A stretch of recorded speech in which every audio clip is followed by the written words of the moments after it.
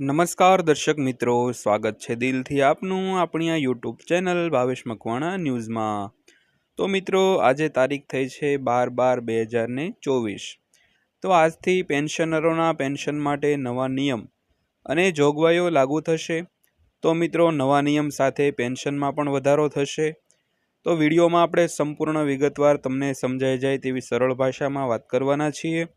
તો વિડીયો અંત સુધી જોઈ લેજો। અને જો હજી સુધી આપણી આ ચેનલ તમે સબસ્ક્રાઈબ ન કરી હોય તો સરકારી કર્મચારીઓ, નિવૃત્ત કર્મચારીઓ, પેન્શનરો અને વરિષ્ઠ કર્મચારીઓ તેમજ સિનિયર કર્મચારીઓ માટે જે અગત્યના સમાચારો આવતા હોય છે તે આપણે યુટ્યુબ ચેનલમાં તમને સરળ સમજાઈ જાય તેવી સરળ ભાષામાં વિડીયો બનાવીને મૂકતા હોઈએ છીએ।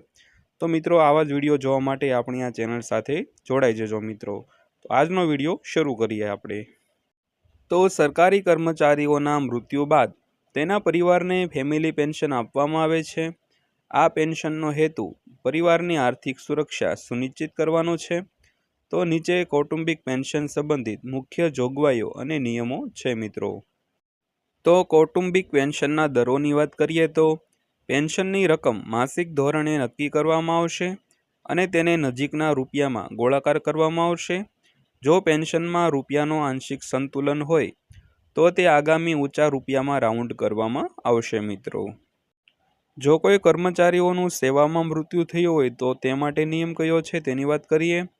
જો કર્મચારીનું સેવા દરમિયાન મૃત્યુ થાય છે તો 10 વર્ષ માટે મહત્તમ દરે છેલ્લા પગારના 50% તરીકે પેન્શન ચૂકવવામાં આવશે।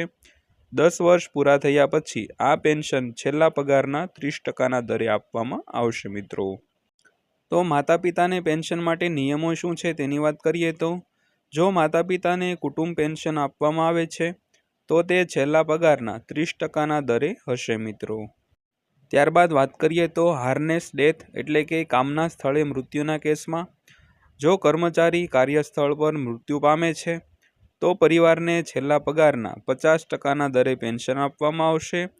આ સુવિધા 10 વર્ષ માટે ઉપલબ્ધ રહેશે। સેવા અવધિની લઘુત્તમ શરત નાબૂદ કરવામાં આવી છે। તો અગાઉ 7 વર્ષની સેવા ફરજિયાત હતી। આ સુધારો 1 ઓક્ટોબર 2019થી લાગુ થશે।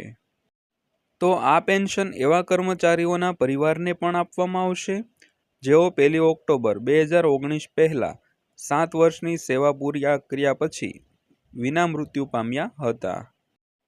ત્યારબાદ પેન્શનર અથવા કૌટુંબિક પેન્શનરનું મૃત્યુ થાય તો તે માટે કયો નિયમ લાગુ પડશે।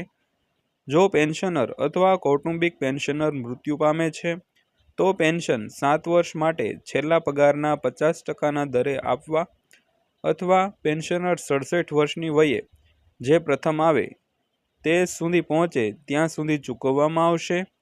ત્યારબાદ આ પછી છેલ્લા પગારના 30%ના દરે પેન્શન આપવામાં આવશે। ત્યારબાદ વાત કરીએ તો કૌટુંબિક પેન્શનની બિનસ્વીકાર્યતા, હત્યા અથવા હત્યામાં મદદ। જો કોઈ વ્યક્તિ સરકારી કર્મચારીની હત્યા કરે છે અથવા હત્યામાં મદદ કરે છે તો તે કુટુંબ પેન્શન માટે હકદાર રહેશે નહીં।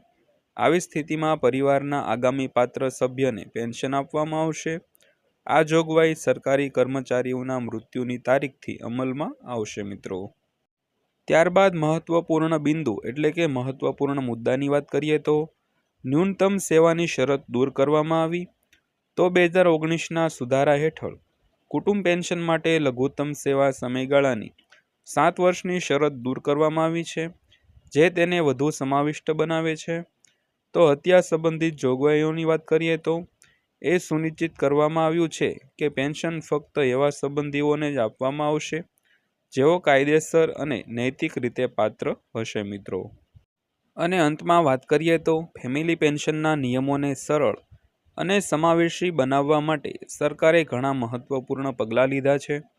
એ સુનિશ્ચિત કરવામાં આવ્યું છે કે કોઈ પણ કર્મચારીના મૃત્યુ પછી તેના પરિવારને સમયસર અને યોગ્ય રીતે આર્થિક સહાય મળે।